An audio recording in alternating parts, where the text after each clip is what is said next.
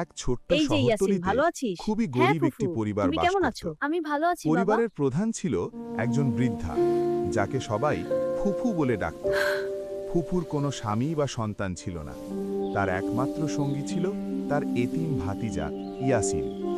ইয়াসিনের বাবা মা ইয়াসিন, এই ছোটবেলায় সকালটা মারা কত গেলে সুন্দর, তাই না? ফুফু তাকে হ্যাঁ মানুষ ফুফু, করেছে। আমার খুব ভালো ফুফু লাগে তোমার সাথে দিনমজুরের সময় কাজ কাটাতে। করত, আর ইয়াসিন পড়ালেখা করত।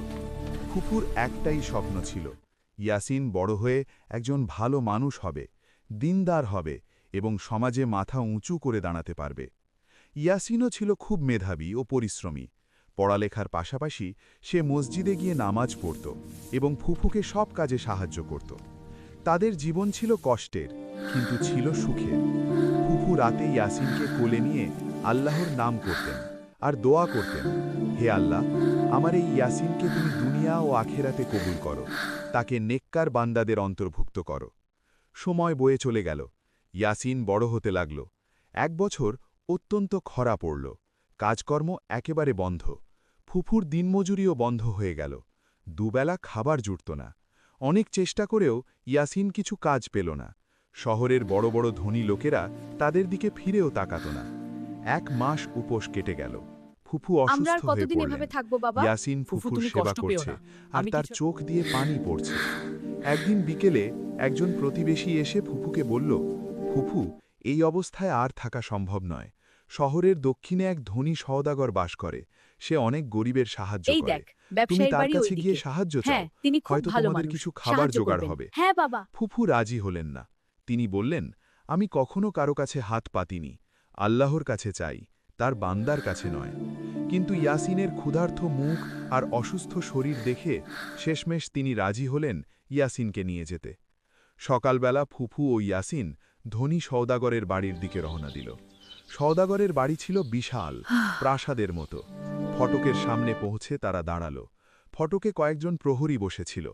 ফুফু তাদের কাছে গিয়ে নম্রভাবে বললেন, ভাই, আমরা খুব গরিব, মাসখানেক খেতে পাচ্ছি না।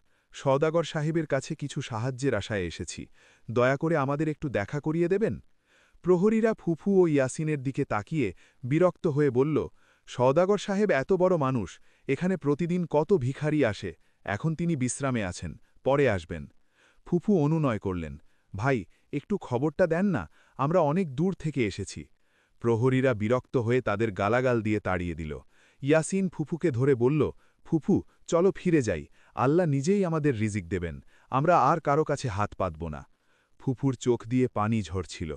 তিনি বললেন, ইয়াসিন, আমি তো তোর জন্য এসেছিলাম, তোর মুখে দুটো ভাত তুলে দিতে পারিনি, এই দুঃখে আমার মন ভেঙে গেছে। ইয়াসিন ফুফুকে জড়িয়ে ধরে বলল, ফুফু, কাঁদবেন না, আল্লাহ আছেন, তিনি কখনো আমাদের ছেড়ে দেবেন না, আমরা চলে যাই, আল্লাহর কাছে ফিরে যাই। ফিরে যাওয়ার পথে একটা জায়গায় এক বিশাল বটগাছের নিচে তারা বিশ্রাম নিতে বসল। আকাশ ছিল পরিষ্কার, রোদ ছিল তীব্র। ইয়াসিন ফুফুর কোলে মাথা রেখে শুয়ে পড়ল। ফুফু আল্লাহর কাছে দোয়া করছিলেন। হঠাৎ ইয়াসিন চোখ খুলে বলল, ফুফু, আমার খুব পানি পিপাসা করছে। ফুফুর কাছে কোনো পানি ছিল না, চারিদিকে শুধু পথ আর মাঠ, কোথাও পানির কোনো ব্যবস্থা নেই। ফুফু চিন্তিত হয়ে উঠলেন। ইয়াসিন বারবার বলছিল, পানি ফুফু, পানি। ফুফু ইয়াসিনকে বটগাছের ছায়ায় বসিয়ে পানি খোঁজার জন্য একটু দূরে গেলেন, কিন্তু কোথাও পানির দেখা পেলেন না। এমন সময় ইয়াসিন বটগাছের গুড়ির দিকে তাকিয়ে দেখল, গাছের গোড়ায় কিছু যেন সবুজ। সে কষ্ট করে উঠে গিয়ে দেখল, গাছের গোড়ায় একটি ছোট্ট চারা গজিয়েছে, আর তার নিচে মাটি কিছুটা স্যাঁতস্যাঁতে। সে হাত দিয়ে মাটি খুঁড়তে হাবল। কিছুক্ষণের মধ্যেই মাটির ভেতর থেকে ঠান্ডা স্বচ্ছ পানির একটি ছোট্ট ধারা বেরিয়ে এলো। ইয়াসিন অবাক হয়ে গেল। সে চিৎকার করে ফুফুকে ডাকল, ফুফু, ফুফু, এই দেখুন, পানি, আল্লাহ আমাদের জন্য পানি পাঠিয়েছেন। ফুফু ছুটে এসে দেখলেন, সত্যিই বটগাছের তলা থেকে পানি বেরোচ্ছে। তিনি আল্লাহর শুকরিয়া আদায় করে ইয়াসিনকে সেই পানি পান করালেন। ইয়াসিনের তৃষ্ণা মিটল, তার শরীরে নতুন শক্তি ফিরে এলো। পানি দেখে ফুফু ও ইয়াসিনের মনে এক অভূতপূর্ব প্রশান্তি এলো। তারা দুজনে সেই পানি দিয়ে অজু করে জোহরের নামাজ পড়লেন। নামাজ শেষে ফুফু বললেন, ইয়াসিন, দেখো, আল্লাহ কখনো তার বান্দাদের নিরাশ করেন না। আমরা যখন মানুষের কাছে সাহায্য চেয়ে ফিরে এলাম, তখন আল্লাহ নিজেই আমাদের এই অন্ধকার পথে আলোর নিশান দেখিয়ে দিয়েছেন। পানির ধারাটি ক্রমশ বাড়তে লাগল। খবরটি চারিদিকে ছড়িয়ে পড়ল। কাছাকাছি এলাকার মানুষজন ছুটে আসতে লাগল। সবাই এই অলৌকিক ঘটনা দেখে অবাক হয়ে গেল। এই প্রান্তর এলাকায় যেখানে পানির এত অভাব, সেখানে একটি বটগাছের নিচে পানি। ইয়াসিন বলল, ফুফু, এই পানি শুধু আমাদের জন্য নয়, এটা সব মানুষের জন্য আল্লাহর পক্ষ থেকে রহমত। আমরা একটি ছোট পুকুর খুঁড়লে সবাই এর পানি ব্যবহার করতে পারবে। ফুফু রাজি হলেন। এলাকার এগিয়ে যাও মানুষজন সবাই। সবাই মিলে সেখানে এটা পুকুর আমাদের খুঁড়তে গ্রাম, শুরু দেখো করল। ঝর্ণা বড় কেউ হচ্ছে। কোদাই নিয়ে আমি এলো, জল আনলাম। কেউ বেলচা নিয়ে। কয়েকদিনের মধ্যেই একটি ছোট পুকুর তৈরি হয়ে গেল। সেই পুকুরের পানি দিয়ে মানুষজন পানি সংকট মিটাল। ইয়াসিনের কথায় ও উদ্যোগে সবাই মুগ্ধ হল। খবর পেয়ে সেই ধনী সওদাগরও ঘটনাস্থলে এলো। সেই অলৌকিক ঘটনা দেখে হতবাক হয়ে গেল।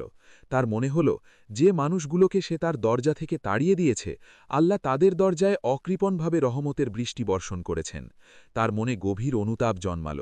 সে এগিয়ে এসে ফুফুর কাছে ক্ষমা চাইল এবং নিজের ভুল বুঝতে পেরে ফুফু ও ইয়াসিনকে নিজের বাড়িতে সম্মানের সাথে নিয়ে গেল।